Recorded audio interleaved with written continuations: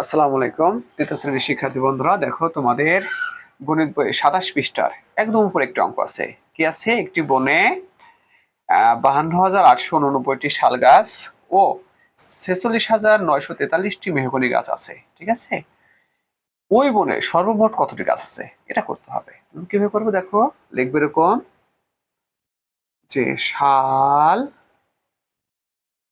গাছ আছে কতটি,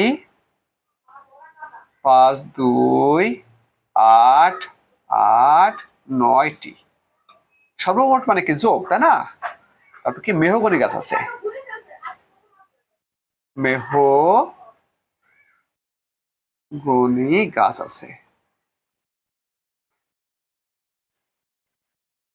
কতটি দেখো, 4, 6, 9, 4, 3টি।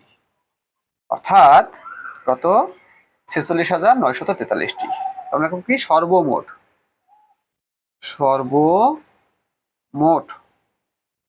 গাছ আছে, গাছ আছে।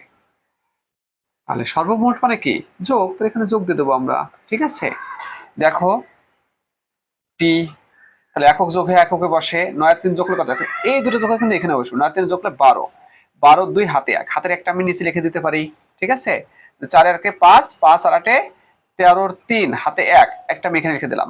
ঠিক আছে, তাহলে কত হয়? 9 একে 10, 10 আর 8 18, 8 হাতে এক, হাতের একটা আমি এখানে লিখে দিলাম। 6 একে 7, 7 2 9। ঠিক আছে, হাতে কিন্তু এখন নেই। তাহলে কত? 4 আর 5 যোগলে কত হয়? 9। অর্থাৎ 99,832টি গাছ আছে। ঠিক আছে, তোমাদের সবাইকে অসংখ্য ধন্যবাদ।